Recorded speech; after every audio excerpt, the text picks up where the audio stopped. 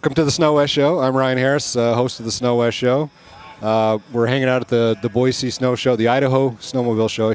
I should know the name of my own show. The Idaho Snowmobile Show. We're hanging out. We've got a bunch of these shows, podcasts lined up this weekend. They're going to be great. And Bruce Kerbs, one of our test riders, the guy that we always give crap about on Arctic Cats. I'm that guy. Factory certified Polaris technician, Arctic Cat aficionado, Arctic Cat fanboy. Yes. Yes. Yeah. But before we get too far into the show, I want to thank our sponsor. Our sponsor for the SnoWest Show is Polaris Snowmobiles. You got the Polaris Pro RMK, the KS RMK. We've been around the engineering teams for years with these guys, and they have developed these RMKs over the years to be instant lift. You know, that's kind of their thing, instant lift. They just launch out of the snow. Effortless control and immediate response. You know, Brandt used to do, what was his tagline? Flickable. Flickable. Flickable. The flickable RMK. That was back on the 11, The Pro. 11, 12, The Pro 13 chassis. Pro. Mm-hmm. Yeah, the Pro Ride chassis. Still flickable. I don't think that's gone away. They're still very flickable. And still the lightest sleds in their class for sure. Check out the 850 RMK. They're in stock at dealers near you. I mean, we're past the pandemic stuff. Supply chain's kind of catching up, and we actually have snowmobiles in dealers, and you can go pick up your sled before it's even snowed. That's awesome. But this guy, Bruce, you've been out on the snow already. Yes, 3 weeks ago already. Like I think everybody in here is pretty jealous of that. Yeah. I've been signing autographs and Like where did he go? What's that? His posters. yeah. I think Alaska's getting pounded. I saw that. Did you see that? Yep. Yeah. They're getting lots of early snow. You guys putting a road trip together? Yeah, that'd be a Mason said it was dream. 30 hours. That's just right for a snow trip. That would be good. 30 Well, if hours. Stetson directs us, it'll be another 2 days on top of that. That's a Stetson story. Yeah, there's there's another Stetson Okay, story. all right. We want to hear them all. All right, let me introduce everybody. Elevated riders, that's still a thing? Yeah. So still kind of a big group you guys have going? Sure. And Elevated Riders has been instrumental over the last couple of years in getting beacon check stations installed, and we can kind of talk about that. But Yeah. the Elevator Riders crew, we got Stetson Banta, and this guy, I feel like I should stand up and put my hand on my heart and sing the national anthem. Like, this guy rode the Endurocross Yep. in Idaho Falls. Yep. And we're going to tell that story, and we're going to let him chime in and tell a little bit of the story too. Stolen dirt bike and everything. Yeah. And Yep. the guy is a legend. Just walks away with the win. Just has the heart of everybody. Yep. Like Hometown hero. hometown hero. hero for sure. Yeah. What was your number? My number on the bike? Well, your Stolen actual bike? Oh, number. the stolen bike? Because I couldn't find you in the first race. 'Cause Well, you were on the. Okay. Well. He didn't make it to the. Oh, all right. Let me finish Yeah. with everybody. Okay. Yeah. We got to start from the beginning. That's for the story. And then we have Tyler Coles. Yep. Dylan Boyce, and the two of you rode that Endurocross. I did. Oh, you did. Dylan didn't. Yeah. Yeah. Okay, Yep. you did. Okay, we were watching you, and we were gonna get Mason in on this. I grabbed him. He's just busy over there in the booth. All right. But well, he might join. We're out of mics anyway, but who cares? Whatever. He won a couple races. Yeah. Whatever. Yeah. We're here to talk about you. We're here to talk about the legendary performance. Legendary I mean, you're going to be on the cover of Motocross Action. Yeah. My article's coming out next month, I think, or something. Oh yeah. So Dylan Boyce and Trace Pettingill. So let's jump into this. Okay. So Endurocross comes to Idaho Falls. Yep. And it's 2 rounds. It's Friday night and Yeah. Saturday night. Yep. I didn't go to Friday night. You didn't race. I raced Friday. Yeah, we raced Did both all of you nights. race? Yeah. So when we got there, did you didn't go to I Friday didn't go night, Friday. did I you? went You went Saturday? Yep. So when we got there for Saturday, like you guys you'd worked out and like you were Oh, we were tired We were and beat. Yeah. worn out a little bit. Yeah, we were totally beat because the way that the Endurocross is set up is you show up in the morning, do track walk like most races, and then you start practices. They give you a couple practices to go test the course, go through the harder obstacles because Endurocross is literally just obstacles. That's all it is. You turn a corner and it's a rock garden or tires to cross or a concrete barrier. There's just obstacle after obstacle after obstacle, and it's that for 4 minutes. Like, Pull your mic in just a little bit. better? A little more. How about that? Yeah, right there. So for 4 minutes, you just hit obstacle after obstacle after obstacle. And so we practice and then you go to qualifying. And so we, by Friday, I think we ran 6 races Friday total. Yeah, it's an all-day event. It's because you guys show up just for the night show. I mean, you guys get there at 7, right? We've been there since 7 that morning. Yep. So trying to qualify for the night show. So we did all that Friday, and Friday, like our whole group qualified. Like we got in, raced the night show. My Friday night didn't end very well because on my first race, on the 3/4 of the lap through, there was a big log, and like I'm coming up to it, and this kid fell into me as I was coming up the log, and so it pushed me off course, and the log had a big knot on it that caught one of my coolant hoses and just ripped it off. So first lap, I'm just dumping coolant on the ground. So I just pushed my bike out, and that was my night for Friday night. So I didn't get very far Friday night at all. Well, so you were fresh for Saturday. Like you conserved some energy. Maybe. I mean, I guess a little bit. But, yeah, it wasn't good. So, but then Tyler and then I don't even remember what you did Friday night, because we all raced the novice class, which is just amateurs, beginners. Right. What did you end up in novice on Friday? Friday night, I think, what was I, like 5th or 6th? I think 5th in there. Yeah. Because there was, so what they do is, as many people sign up during the day, say I think we had 27 dudes sign up on Friday, and the night show's only 16. So they line up 2 rows of 8. And our group, like these 2 on the end didn't race with us, but there was our other group that we dirt bike with was Tyler, me, Brock, Tyler, Connor, and Tegan. So there's 6 of us in our group. So out of the 16 dudes, 6 of them was our group on that novice show on Friday night, which was kind of fun to race with all the guys and do that. But the story begins on Saturday. That's Saturday. Well, Saturday we're all tired, and now we've got to do a whole nother day of this, right?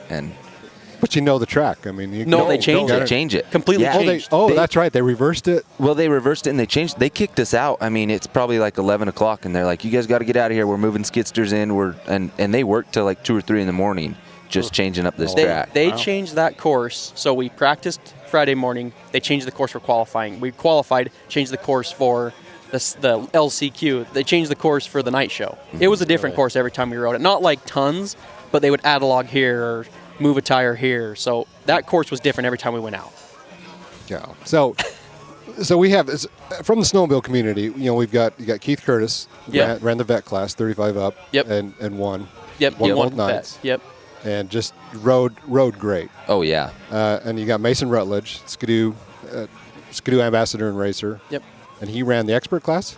He ran the intermediate class. Intermediate. Yes. And he won that Saturday, and did he? He won the club class, which is like your local class, right? That's just guys from around the area. That's he was in 4th in the intermediate, and then he had his chain popped off. All right. Yeah. Okay, now I remember that. What did he do Friday?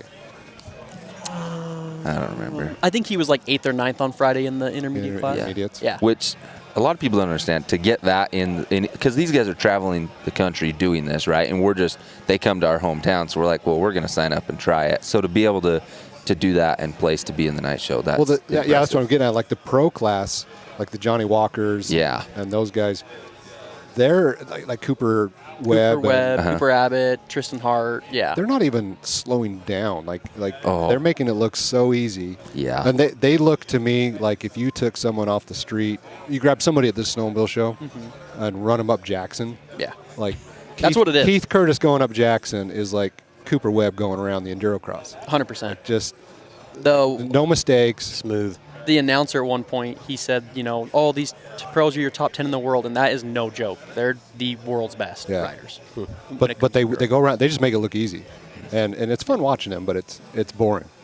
But I mean, thank God we got Stetson Banta, hometown hero, showing up and just throwing one in for the team. Like God bless America. So if anyone sees clips, you'll obviously tell. If you were there for the pros, like to Ryan's point, they make it look butter.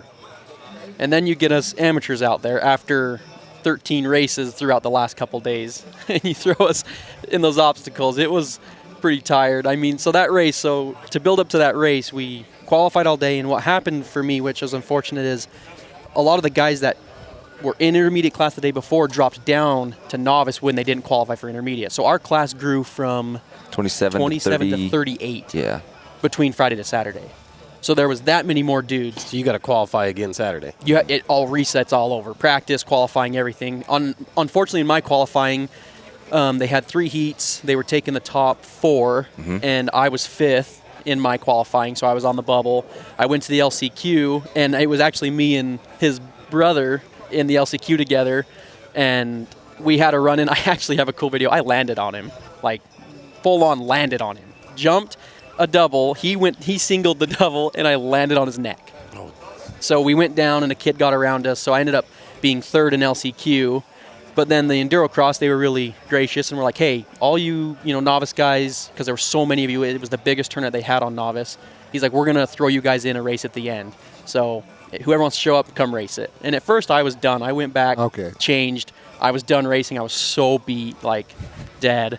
And we went to lunch. Who was it? I think I was like, Stetson, you realize that you're the only one of us that has a possibility of winning a race tonight. Yep. Because you're the top of the non-qualified. Let's be honest. I was the fastest of the slow guys. Like, that's what it was. I was the fastest of the slow guys that didn't qualify. So then I was like, you know what? I don't know. You want to, I mean, we're also competitive. We want to win. We want to be top. But at that point, my pride was gone. I didn't care. I was beat up, whooped pup. I was like, you know what?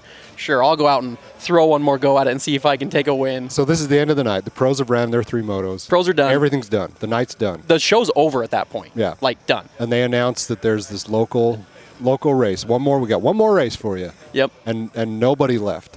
I left because my kid fell asleep. You left? Now I'm mad. Bruce left. So there's one open seat. Yep. Yeah. And you guys roll up to the line. And what bike are you on?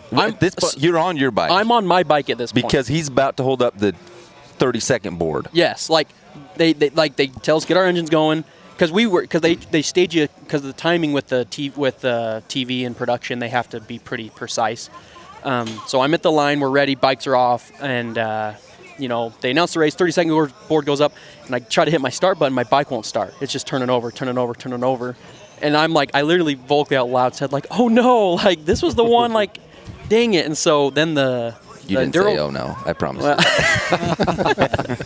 So the Enduro guys come running up, and they're like, okay, you got 2 minutes. Like, you got to get this thing started, or we're just going to start without you. So they help me we run down the tunnel, trying to bump start it, won't bump start. And the way that they had it is like all their bikes and a lot of the buddies' bikes were out in the parking area. When we tried to bump start it, we were there, and so I looked over and saw a bike, and I was like, hey, is it okay if I ride that bike? And they're like, we don't care. Jumped on this bike, cruised back in. Just grabbed a bike, cruised back in, got on the line, and like I'm tired at that point because like I said, we raced all day Friday, all day Saturday. We ran my bike down the tunnel. So I'm already kind of wasted at that point. Get on the line, like board drops, and just kind of put it out there.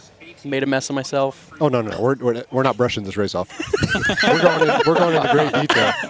But the fact that you just grab a bike out of the parking lot, and the levers are wherever they're at, the bars are wherever they're at. You have no idea how it feels. Nope. Suspension or anything. The only thing I did know, it was the same model of bike that I was on. So I figured if there was a comfortability factor, at least that, but it wasn't. So if you're going to go to the pits and steal a bike, make sure it's the same brand. At least. Try to get the same year range. Controls and this bike in particular, his kill start was broken. From Friday night. And he wired in a Harbor Freight kill starter button. And it was too far to reach with your thumb. So I had to anyways. All right, so full house. Crowd is still there. Yeah. Lights are going. Everybody's going wild. We've had an awesome night of racing. Everybody's hyped. And this local hero race starts. And you guys go and you guys help me out. It was amazing in the fact of how slow it was and how technical every obstacle on that course just took the most out of you guys. I mean, you could tell you were like every log hop, you're like front tire over, stand on the log, rear tire over, make a corner, do it again. I remember I came out and I hole shotted and was feeling good for 3 corners. I hit the matrix though. They had a matrix in there, which for people that don't know, it's just like log, 4 feet, log, 3 feet, log, 4 feet. There's log after log after log, and they usually try to space it where the bike won't quite fit to make it that much tougher. And the whole key with this Endurocross that I learned is momentum. You just have to keep going regardless of how messy it is. But with how tired I was, it was so slow. And so, yeah, by the time I hit the matrix, I was dead. Like, my arms were... On the first lap. Not even, coming out of the hole shot 2 corners later, not first lap, dead. Anyways, so I just, to your point, every obstacle is just okay, try to remember your technique. But at that point, when you're so tired, technique just goes out the window. There's no technique. It's just trying to get over the obstacle. It's hope. Hope. Yeah, hope and a dream is what I was living on dream. in that moment. So, just, like you said, every corner. And, I mean, a pro will hit that course and throw 30-second lap times. I think our lap times were 2 minutes. Yeah. 3 minutes. Did you stop to have breakfast every corner or what? I get a text from one of our buddies that we ride with, and he sent me a video of me after the show, and he said, "Hey, you stopped long enough in this corner. We could have had a conversation." Well, one guy gets stuck in the tires, Yep. and by the time he gets his bike out, he's like, "I'm done." We started that race with 5 racers, and only 2 finished. 2 crossed the finish line. Yeah. So either way, you were getting on the podium. Yeah. There's no thirds anymore. I mean, this is getting good. Yeah, I just remember it kind of was crazy. It was surreal. I mean, as much as amateur as that's amateur as it gets. Every corner, I could almost hear the crowd as I would go around the stadium, cheering me on and things. And, a couple of the buddies were literally I think one of the buddies ran around the stadium to the other side. And, I was stopped in the corner or something. And I could hear him yelling, you have to go, you have to go. So that was cool. That was a cool experience to be able to. I don't know if he ran. Maybe he walked. But He had time.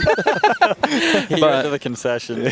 I remember I was on the second or third lap. Oh, shoot. I guess I don't know for sure. But there was a section where it was a log, and then they had about a 3-foot gap, and then a big tractor tire, and then a bigger tractor tire that was maybe 6 inches, a foot taller, and then a concrete barrier down the middle. I don't know if you guys remember that obstacle. And the key with that obstacle was literally just to wheelie into it and hope your tire doesn't go into the tires, because a lot of people were endoing on that one. I remember I hit that once and got stuck and fell off the bike. And one of the Endurocross guys came up and was like, "Can you even do another lap?" He asked me that, because that was when the white flag was out. The last lap was out. So it was total suspense. Everybody sitting in the stands second place, who's almost a lap behind, could win. This is getting close. Yeah, it was the biggest lead of a race with the most closest race, if that makes sense. Yeah.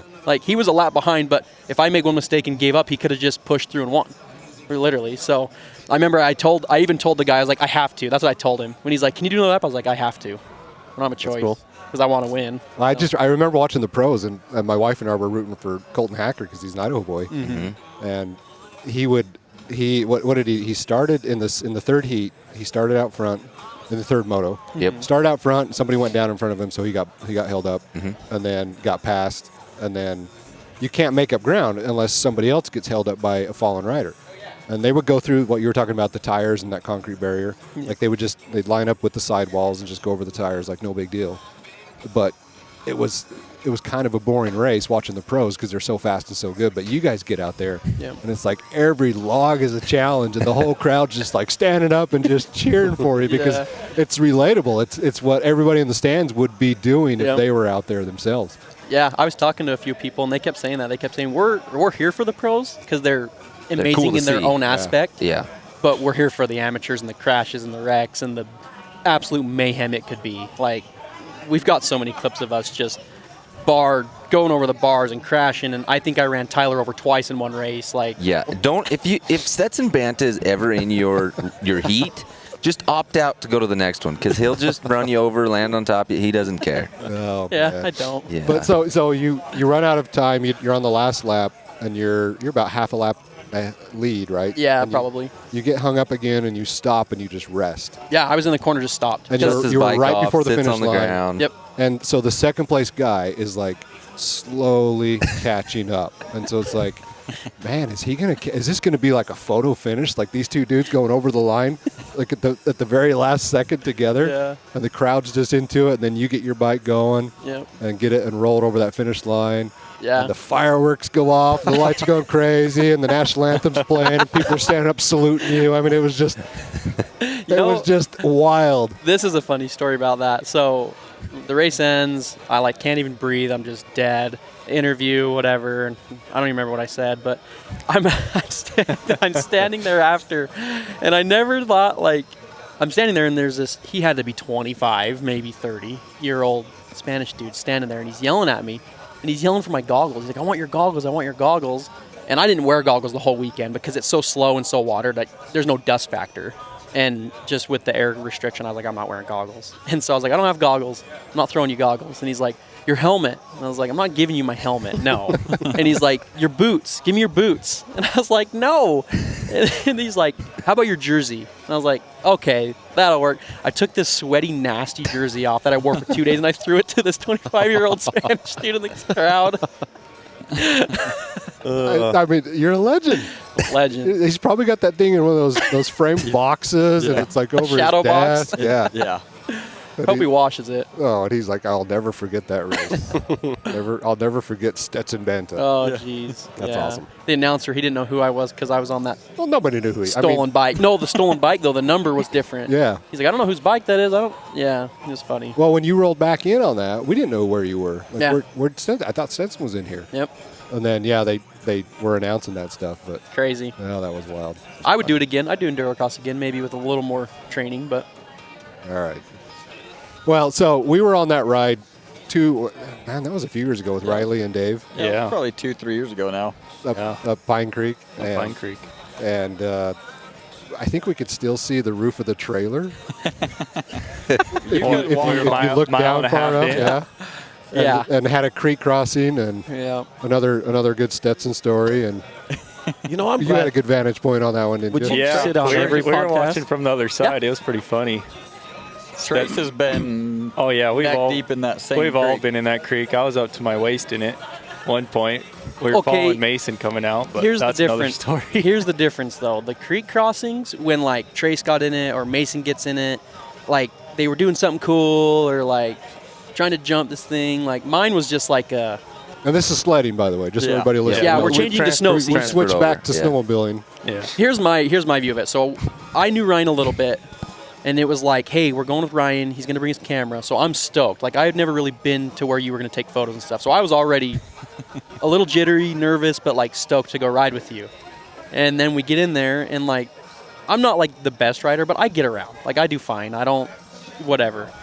And we come up to this stupid creek, like On the trail. On the trail. It's not a creek crossing where we have to jump across the No, creek. this it's is just a just simple simple. trail. Just simple. You could drive. You could just motor through it. Like literally. Literally, you drive could motor it, through it. No problem. I watched and I don't even know what I was thinking. Tyler was in front of me, and Tyler like kind of got down on the ice and just kind of pinned it and kind of just skipped across a little bit.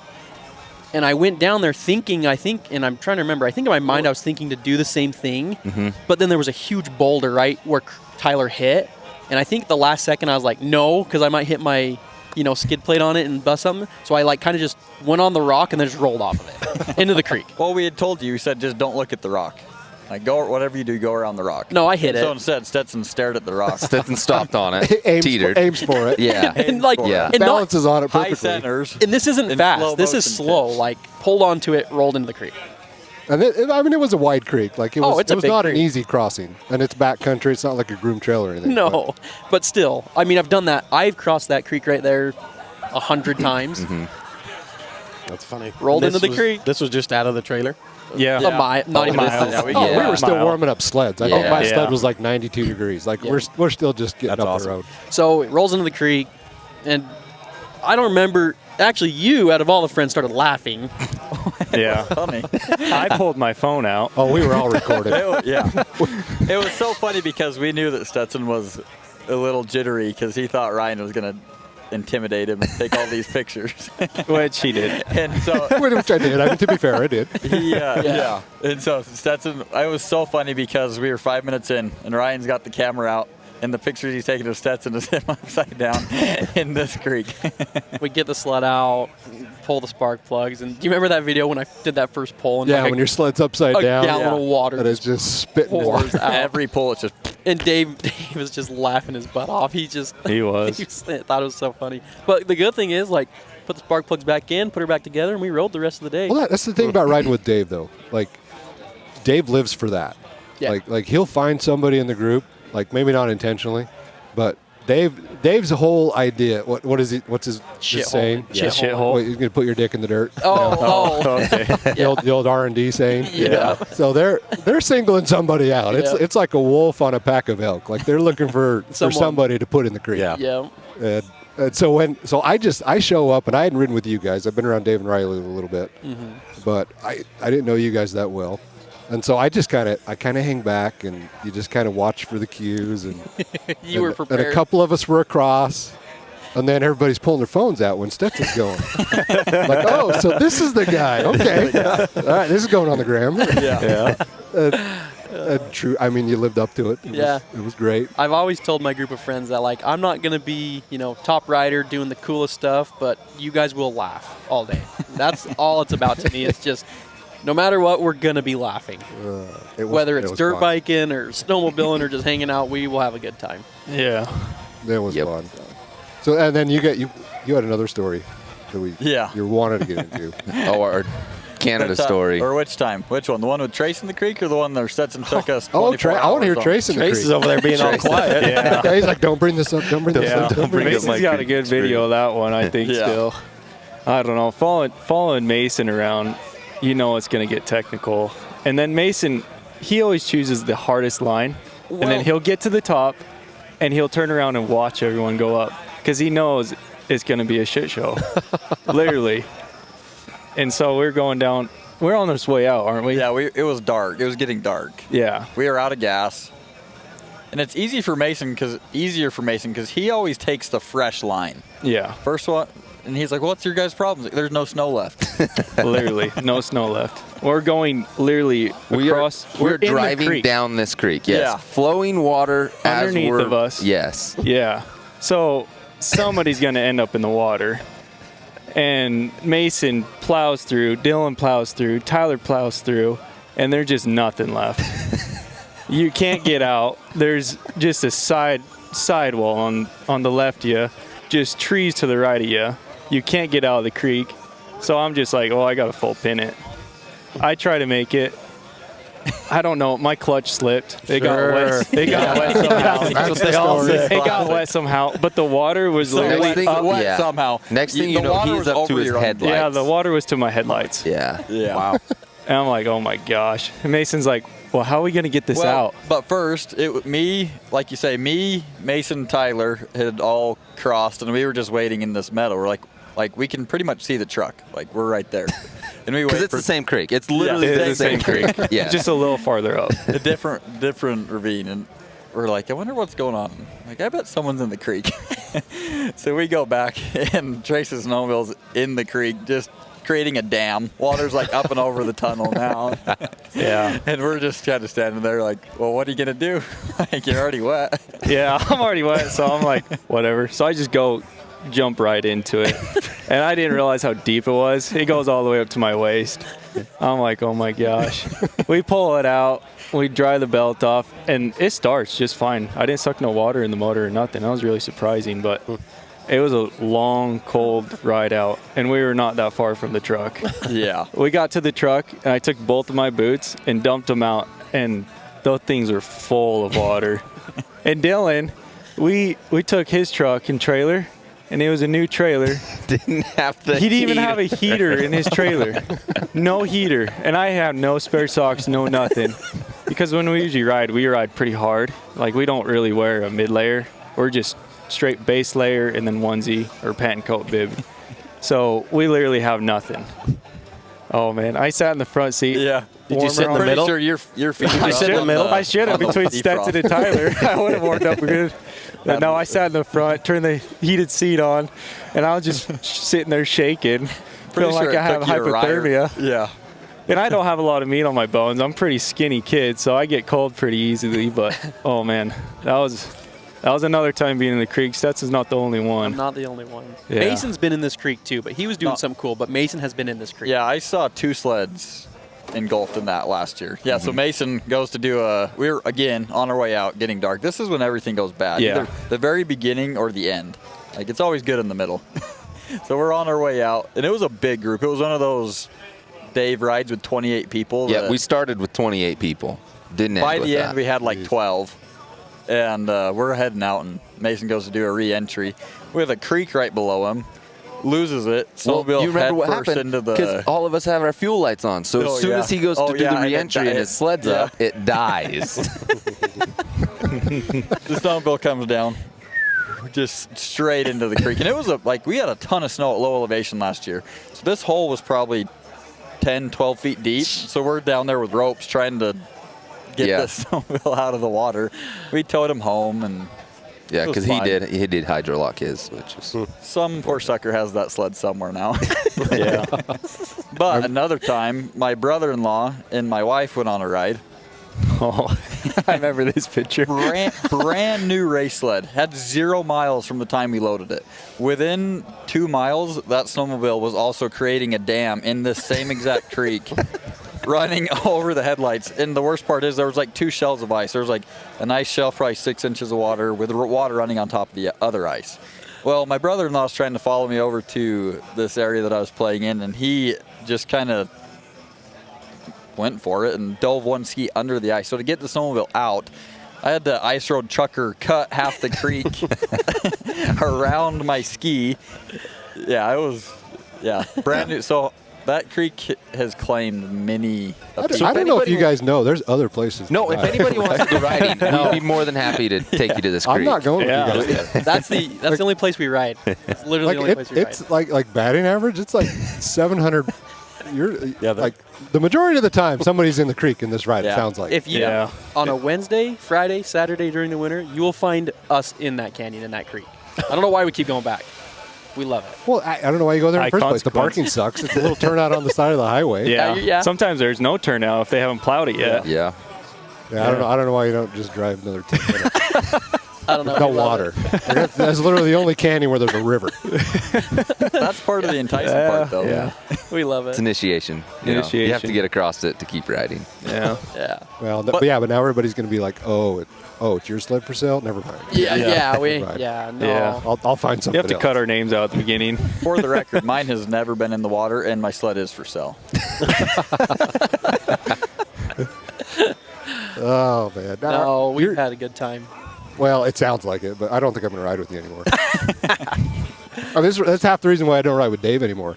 Because Dave is like, we're going to start out with 28 people because he'll invite everybody and their dog. Yeah. And it's just so we can go do the gnarliest ride possible, see how many people we can shave off on the mountain. Yeah.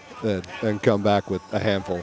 That's how that ride was when we were in Island Park with Rob. Remember? Yeah. Like the first ride I went on with you. Yeah. It was like, I remember we got to this hill and Rob was like, all right, everybody to the top. Like, last one's there, Yeah. And even Riley was young. Like, I don't even think. Yeah, he was still in high school. Yeah, he was young. So we all get up there, and you can kind of see, like, Rob got up there, and then, like, Bruce pops out, I'm popped out, Trace pops out, and kind of get up there and separated. And then Rob's like, well, let's go this way. And I was like, what about the other group? He's like, they'll figure it out. Right, yeah, it's classic. And his boy was down there riding. still. Yeah. I Yeah, think Riley he's was like, still down there. whatever. Yeah, but look how good of a rider Riley is now. Oh, yeah. Yeah. Like Phenomenal. it's from just being like, figure it out. Yeah. You're on your own. Yep. Yeah. Get up it. Yep. Yeah, which That's I kinda- remember. That brings up another funny story. So me and Bruce and Rob and Ryan, oh my gosh, he was on the Skidoo. Rhett? He's the Rhett Clark. Yeah. Okay, so we're in these thick jack pines, right? Like thick. And like we're kind of just messing around, and there's this pine tree. And I don't know if Rhett meant to hit it.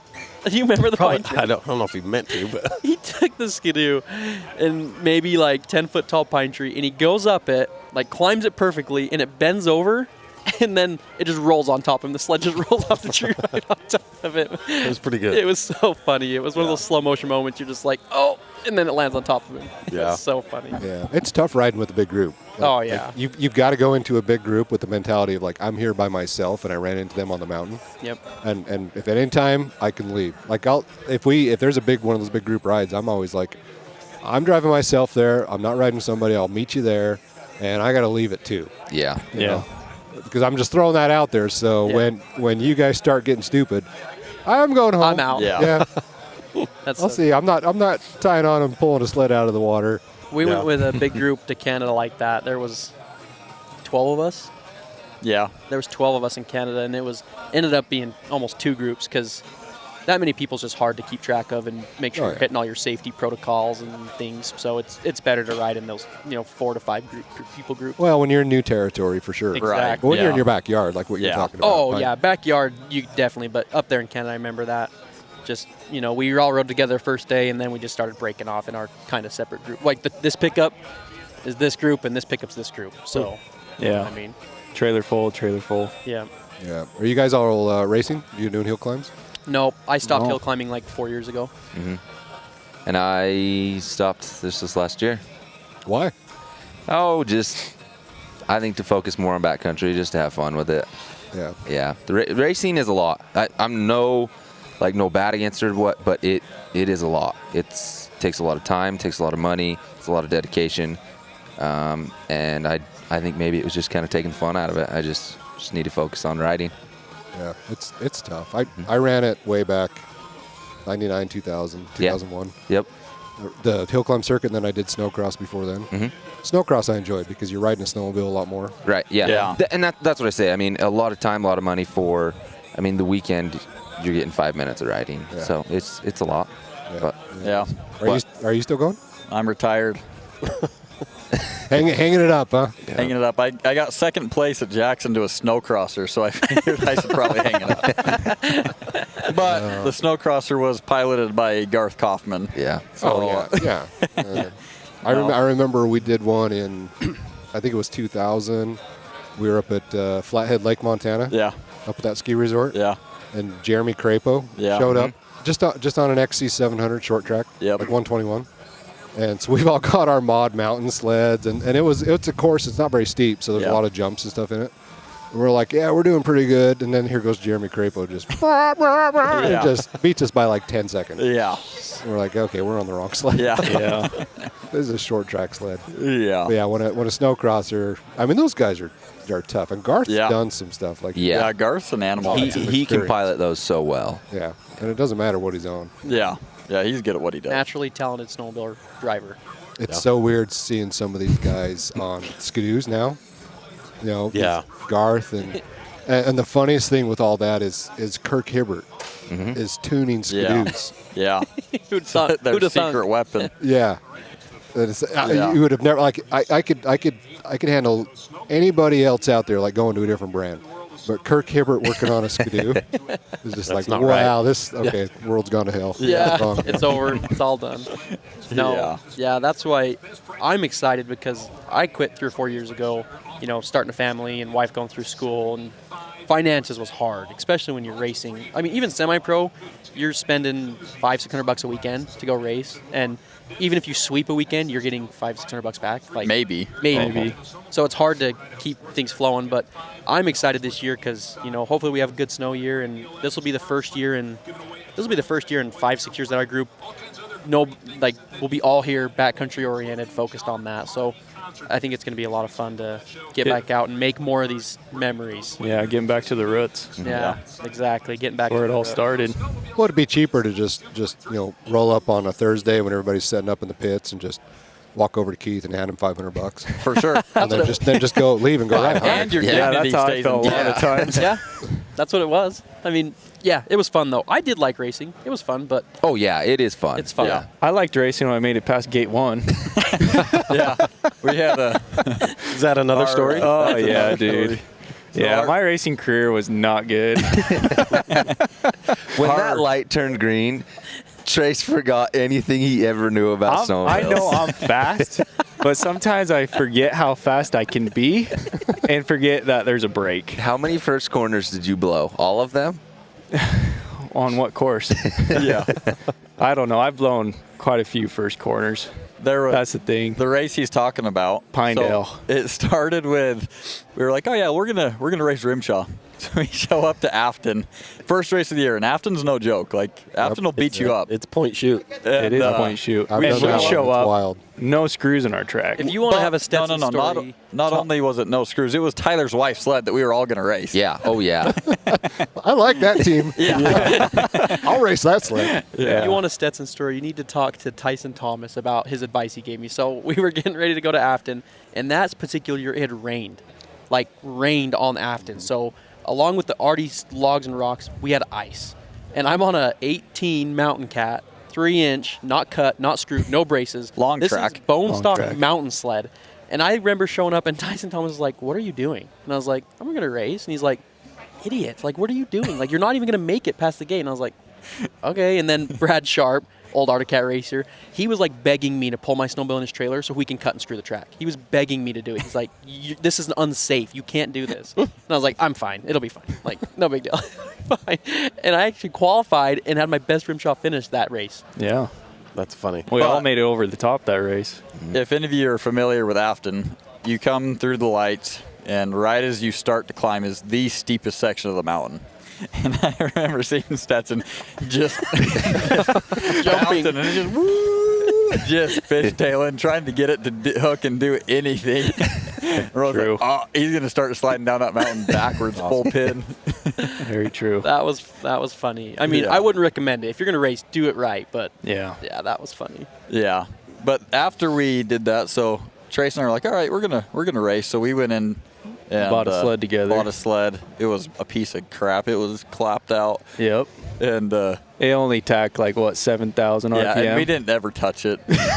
Had 2,000 miles on it Yeah. or something. Shocks had never been revalved. Nope. It wasn't a good race sled. But anyways, we left to go to Pinedale that morning for the race. Woke up at like 3:30, got to Pinedale, pull out this beast of a race sled. We'd wrap the tunnel so it looked cool. Yeah. It was all blacked Wrap out. the tunnel with like Electrical car tape. 3M Yeah. carbon fiber and from electrical tape. AutoZone. Yeah. Yeah. Living on a budget. Anyways, we go through the race. I didn't qualify all day. Trace is the last one out. He's like, all right, I'm going to get him this And time. it's Pinedale wasn't much of a hill climb. It was really flat, lots of corners. Yeah. So you had to be very fast around your corners. And our sled has no power. Literally has no power at was all. gutless. It was really gutless. So I get a hair. I'm like, man, somebody's got to qualify. And I got to qualify the last run of the day. And I'm up. I'm like, guys, watch this. This is going to be so fast. Oh, man, that light turned green. I just full pinned it. And it's the first corner. Well, it's not even a corner. They just mound up some snow right there, and that's where gate 1 is. I blew the mound Before the gate. Before the gate. They didn't mark him at a gate. So he I got You didn't even hit it. You didn't hit gate 1? No, I got he got a high mark of point. 0.7. Yeah. He's like, wait, can I restart? Like, can I loop around and try again? They're like, that's your high mark, buddy. Like, Dude, go home. I just went straight back to the trailer. Shut the door and drove home. Yeah, I should have. No, but see, we didn't go back to the trailer because we were balling on a budget, so we threw it in the back of my 01 Duramax and drove home. Yeah, That's We were funny. like, racing something. We're retired. That was the first of 4 times I retired. Yeah, we all retired about 4 times that Yeah. season. Yeah. I don't know how much time you have, Ryan, but the first story of me and Dylan showing our first rim shot race is a good story with Rob. That's a good story. Oh I yeah. want to hear that one. Okay, so me and Dylan, and we were in high school still, and me and Dylan's senior year, literally, I remember the counselor pulling me in and saying, if you miss an hour of school, you're not graduating. You can't miss an hour. Your shirt of school is important, sledding is importanter. That was me and That Dylan's was our motto. I think, as a high school kid, I think we put on 1,300 miles on our snowmobiles that year. But they were in the back of our trucks, and we were 18, so we'd sign ourselves out. Parents didn't know. We just leave school. Oh yeah. And we rode. Oh my gosh, we rode so much. lot. And it was that same Pine. We just rode that. That's all we rode, Pine Creek. Because it was 45 minutes up there. Yep. So then we went, we're freaking good riders. I bet we could race and win. No, we were fanboying over Dave and Rob super hard, and they took us with Rob Steinman. Yeah, they took us. Yeah, us, Rob Steinman, Rob Kincaid, and Dave. And we were just like jaw dropped the whole time. Like, this is the coolest thing. It was like I've our ever childhood been. dream at 16, 17 years old to go ride with Rob and Dave. So they let us go ride with them, and then Dave mentioned racing. So then we were like, then we got the itch, and we're like, we're gonna race. So same thing. We took our other buddy's sled deck. I took my dad's work truck, 6.0, and we just drilled a sled deck into my dad's work truck. You like other people's stuff, don't you? Yeah. Yeah. You have to when you're 16 and trying to race. Well, you just did it the other day. Now you're 28 and racing and still have other people's stuff. That's true. Yeah. Never mind. Things don't change. But so then and it was a home-built sled deck. So home-built sled deck on the 6.0. We had one M&M CD the whole drive down. No, we had stopped it. We're like, this radio doesn't work. Like, I'm not listening to you talk the whole drive down. So we stopped at Walmart and bought an an M&M M&M 7-fold. Oh, that's and right. an M&M CD and just played them on repeat all weekend long. So, funny. and I had some, and this is how, like, I'm telling you, we had no money. So I called my buddies that were going to college down there, stayed there in the dorm with them. They threw a party that night. So me and Dylan are in the back room trying to sleep, and they're having a college party out. Like, we're like 16, 17. My parents didn't know where I was that week. I think I told them I was going to your house. And so, get up to the mountain the next morning. We're literally like not even suited up. Sleds are on the sled deck. We walk up, and then Rob was walking, and he remembered us from the ride. He's like, "Hey, you guys showed up to race?" We're like, "Yeah." He's like, "Did you go to the racers meeting?" We're like, "Huh?" Like, what Racers meeting? Racers What? meeting? What's and that? he literally goes, "I like you too. We're gonna be friends." Yeah. And then what happened? Before we showed up, we're like, we got to go get breakfast. So we go to McDonald's with these 2 snowmobiles on the back of the We sled. hit the top bar. And Stetson pulls up, and he's like, we're like, what was that? It's like, Our riser's put my head flat. up, and both our snowmobiles are just folded back. Risers are touching the tanks. We're like, oh boy. And remember, these are on this. That was the last race of the season, April. So we had 1,200 miles. He had totaled that sled twice. I've been turned in on insurance 2 times. that It year. was jank. So we show up to the race. That was the least of our problems. We show up to the race. Dylan, and like we didn't realize our qualifying was up in like 30 minutes. So we already throw our gear on, and Dylan goes to run up the test course. His snow flap gets ripped off somehow. Well, I didn't know. I pulled up to the light, and he's like, where's your flap? I was like, what do you mean? Like, Oh, no knee braces, no chest protectors. We were so like, I don't even know how they let us race. But Yeah. Dylan goes up on that race, no snow flap, goes up, goes to the second gate. Well, they didn't tell me they gate's changed the over course. Here, third gate's over here, and he starts going this way across the mountain. That's covered in the driver's meeting. yeah, they didn't tell me they changed the course between qualifying and finals. Dylan's go. Oh no, we qualified. That's Yeah, we right. qualified. This was day qualified. 2. We qualified, so day 2, Dylan goes up and starts going this way towards the red lane, like across the red lane. And then he turns around, comes back, finishes the course, and he comes back. He's like, "Did I do good? Like I had a kind of bobble, but I got back on course." Had a bobble. I cleared the whole mountain 2 times. So funny. funny. That was the very first, like, back in high school, me and Dylan race experience. And But I would say that just goes to show, if you want to get into something, just don't be afraid to make a fool of yourself. Yeah, just Yeah. do And it. just do Gotta it. do it. Just You gotta learn. try. Because you figure it out as you go. And I feel like a lot of people are afraid to be the beginner, right? And everyone started somewhere. And, that's been the epitome of our, maybe not Tyler so much. Tyler's done very well, but the epitome of our race careers has been show up, jank style, figure something out, get some success, and then we're like, all right, let's go do something different. Well, it's awesome though because at the Endurocross, Same thing. there were 1,000 dudes in that stand telling their wives, "Oh, I could do this. Yeah. I could, Oh, yeah. including You know me. it. Like, Yeah. yeah, I could do Yeah. that. I could do But that." they're not but out you're there. out there. Yeah. Did you yeah, notice? out Did there. you notice the numbers on my bike, Ryan? They were duct taped. I showed up to the race and I didn't know you had to have numbers. And so I was like, "You guys, I was just here to like race." And they're like, "No, you need numbers." So we literally they only had red duct tape numbered, and after the 13th race, they were worn, like, it didn't even look like my number because they were worn off. So, like, yeah, that's the epitome of my race career, show up and just be like, Oh, hey, yeah. I'm here. Like, You think we'd learn because we did that at the RMSHA race too when we first showed up. We didn't know we needed numbers, Yeah. and we duct taped our numbers on. yeah. So if anyone wants to do it, you can do it. And the thing for me is, like, in this group in particular, I don't care what people think about me. I just want to do it because I like it and love it and have fun, hang out with my buddies.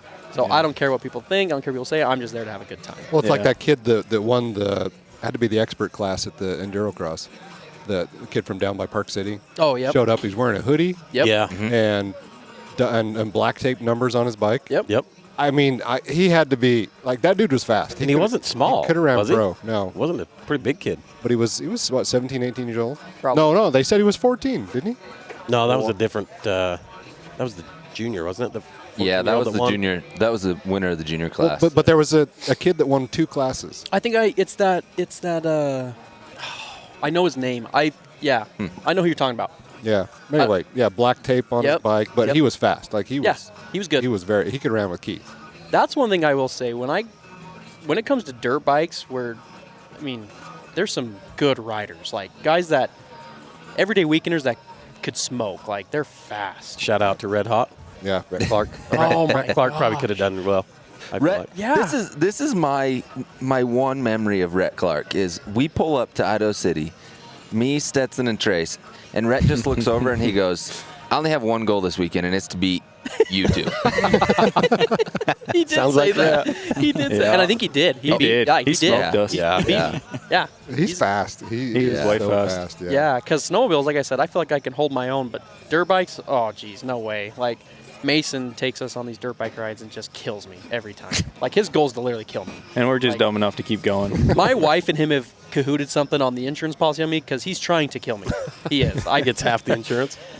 Dude, I'm telling you, he's got some crazy rides. But no, you just got to do what you love because that's why I do it.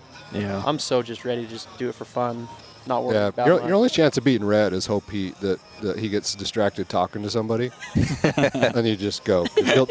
He'll do a conversation for a good 45 minutes. Like, Good. Oh, that's how usually Stetson is too. So Yeah. Me and Red are good. Yeah, we'd be good. You stick those two in a room, they wouldn't need anything. They just talk all day. yeah, Yeah. they become best bros. I like Red. Red's a good dude. Red is a good dude. All right, real quick before we stop, I want to ask you guys a few questions. Say, just give me a rundown on your top sled. It doesn't matter what you're buying for this year, but just like what sled out there do you want? Like what is the coolest sled out there for 24? Let's start with you. Man, There's been a this is a topic of terrible discussion. question right now. I'm really choosing. I got a 24 on order right now, but I love the Polaris Boost. I'm kind of a Polaris guy. Kind of got Arctic Cat roots in me, but the Polaris Boost is probably about my favorite sled right now. But these two over here are trying to jinx me over to Skidoo, the Free Ride Turbo R. But I don't know. I haven't decided yet. So I'm a terrible answer. Sorry, Ryan. Oh, that's an excellent answer. I think those two sleds are top of the game right now. I think, literally, I don't think you can go wrong with either or. So, Well, yeah, they're definitely top of the game, but there's still a big difference between the two. yeah, I think it's on rider and what they want to do. The Polaris, to me, is an ultimate weapon. They'll cut any side hill. It won't wash out. You can go up anything, climb anything, especially with the boost. And I think the 155 Chaos is the most playful sled out there. So I'd probably choose the 2024 Chaos Boost. What size track? 155. What length, I guess, or Or what? lug- Oh, the paddle? Have you been on the new 3.25? I haven't. Just the 275 was my last sled. I like that track a lot. I think it'll be really interesting, the 325, You'll see what like that it. does. Yeah. I don't know. Hopefully it holds up to our abuse on early season log hopping. But Yeah, probably You're won't. creek riding. no, our creek riding, the rocks. but- We're getting to the point though where tracks are like rear tires. Like Yeah. yeah, you might don't have to do just it. change Yeah. them out. Yeah. Few Yeah. burnouts and they're done. Yeah. But like Polaris is so the easy to industry, change. Yeah, the industry has wanted all of this stuff. Like, give us more power. Yeah. Give us lighter sleds. Give us better traction. Okay, you got it. Yeah. And now everybody's complaining There's a like, trade-off. oh man, the track wears out in this season. Well, yeah, you basically have like a gummy Yeah. Track. Yeah. specialty tire. yeah, you do. Like you either take care of it or you're going to go through 4 or 5 tracks in a season. Yeah. Yep. But all right, Dylan, what's yours? Definitely a Skidoo fan. I think the 24 Free Ride is a great fit for me. I rode Polarises for a few years and honestly really liked them, and then had some opportunity with the Skidoo race team, and so went to Skidoos, and now I really like the Gen 5. I think the Gen 5 is great, and so I really like the Free Ride because I feel like it feels a lot more rigid and planted than other Skidoos. Power's unbeatable. I mean, I put 1,000 hard miles on my Turbo R last year, and it never hiccuped, never coughed, nothing. Just gas, oil, and abuse, and day after day, it was right on the money. So I think for me, it's tough to beat what Skidoo has right now. But I'll ride a 154. This year I've got a 154 with a 2.5. I like the 3-inch in some cases, but I feel like 75-80% of the time the 2.5 is a more forgiving, Yeah, it's more better forgiving, track. sure. Yeah, that's my choice. 154, 2.5 Free Ride Turbo. All right. So Tyler, what Polaris are you picking? See, that's the hard question right there. See, everybody says that. Now, what Polaris are you riding? But he's I'm not actually riding. not. You're not? I'm not. Oh, really? You I went have switched- Yamaha, didn't you? No. I switched over to a Skidoo. I did. We go back to, you asked why I stopped racing. I'm here to have fun, right? I'm here to enjoy the most time I can on the snow. I want a reliable sled if I'm paying that much money for it, and I want to have fun. That's just what it's all about. So I went to the Skidoo because they look very fun to ride, right? They jib around, they're very easy, and you can't beat the power and reliability of them. You just can't. They're strong. So which 24? I went for the free ride. Oh, you did? Yeah, I've never rode a Skidoo. Ever have I? Never even. I mean, I've hopped on Dylan's sled for a minute or two, right? And so just talking with Dylan and Mason, they're like, if you're jumping from a Polaris, the free ride's going to be the easiest to convert over. It's more rigid than like the Expert. So I went to the 154 free ride. And What track height? 2.5, Dylan. Right, Yeah, okay. I was like, Dylan, what do I order? So he just pretty much talked me into it. All right. Turbo? Yeah. I did keep a 9R. I do think the 9R is a very fun, playful sled. And I think the 9R is reliable. I had quite a few issues with my boost, so I didn't end up doing that. So I have one of each. So that's a hard question. Yeah, I think the 9R is a little overshadowed by the Yes. factory turbos, because if we didn't have those, Yes. everybody and their dog would be on a 9R. Yes, just because it is a very it's fun, the sled playful you sled. wanted for Yes. your entire life. Like it's amazing. Yeah. But I think Boost most kind of people would be overshadows it. better off on Right. 9R Right. or For naturally sure. aspirated sleds than turbos. sure. There's Right. even a lot of days I would rather ride a naturally aspirated than a turbo, but True. Well, and they've. I think they priced the 9R a little too high. Yeah. If it would have been Yeah. a little bit lower, you'd have more people on the 9R. But you get to right. that price point, and you're like, well, I Might as well spend the get it. extra might as thousand well to get the spend- boost. Yep. Yeah. So Yeah. yeah. So I So Stetson, both of them. what sled are you borrowing? You know, if that's in the parking lot and the key's in it, I'm taking it. No, so I have a 23 boost. I didn't order anything for this year. I'm gonna wait because I think something. What would you though? I probably would stick with a 24 boost. I grew up with Skidoo roots, and then with the Gen 4s, and Skidoos were a little unpredictable to ride, and I was actually a big Polaris hater. Like, if you can ask Dylan, if there was Oh, yeah. anyone that was Oh, brand yeah. biased, it was me. I was Yeah. like, Skidoo's the only way, whatever. And then I finally lightened up a little bit and bought a Chaos. My first Polaris was a 2020 Chaos, and I fell in love with that chassis. I don't know if they would back me up on this, but I feel like I elevated my riding a lot better. I was a lot less hesitant, trusted the Snowmobile a little bit, which could have just been on me because I know you can get Skidoos in the same places you take Polarises. I'm not saying that, but it just made me feel more confident with the chassis and the predictability behind it. Fell in love with it, haven't looked back since, so I would order a 24 boost. I would probably do a 155 2.75 track for me is what I'd probably stick with. I want to see what that 3 1/4 does, see what people see about it first, maybe ride one, and then, but I'd stick with the 275. As he is test riders, when we get on we could ride everything, and people are always asking like, okay, what's the best sled? Like, well, there's no best sled. Yeah. Yeah. Like Preference. maybe just the way you ride and your muscle reaction, just the way you like to stand on a sled. Yep. Maybe you're a better rider on this sled versus this Yeah. sled. Yep. Like, there's no best sled. No. But people don't want to hear that. They want to know like, Right. what's the best sled. Yeah. But the answer has to agree with them. Like, they're not looking for you to actually educate them. right. They're like, are you going to say what I want? Yeah. If I had to put a plug on sleds, I was talking to Mason, and Mason makes a good point. I think you can take a Skidoo turbo and a Polaris turbo, like, you can get them in all the same places. It's all preference. It's all rider, what you want. Something that helped me, affirm my decision with Polaris is my local dealer. My dealer's taking care of me.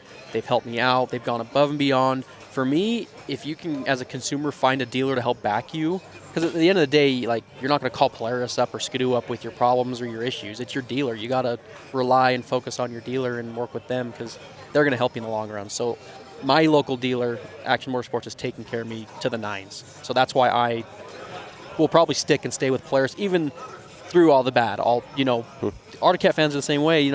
Everyone goes through those They rode hard the same times. sled for 25 years. Exactly. Yeah. Cat fans. Never found a good dealer yet. No, just kidding. Cat fans were screaming for a new chassis, but that's for me personally another reason why I would stick with Polaris is the dealer. My local dealer really has just gone above and beyond. Yeah, and that's a big factor of it. It is. It has to be.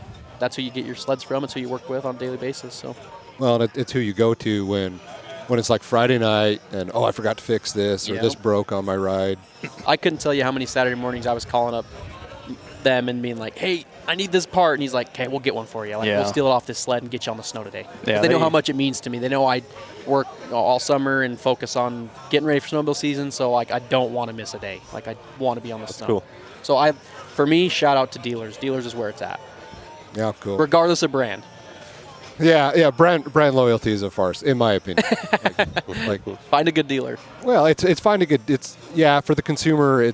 There's a lot in the dealership, but it's also just like products change so rapidly. Yeah. They do. And a brand is nothing more than the people on the team, and so the engineering teams change, and a guy can retire, and now you got a younger generation of engineers that don't have the experience, and they think that well, we're not going to do it that way anymore because he's finally gone. We're going to go try this, and then you got 5 years of it's not really working, and that happens just over and over and over. So, in my opinion, man, if you lock yourself in on a brand just because you love the brand, all you're doing is basically free advertising for a company that's charging you full price. Correct. Right. Yeah, that's Correct. true. So yeah, I like to bounce around on stuff. I've never been the most open with everything in my life. Like trucks, cars, snowmobiles, dirt bikes.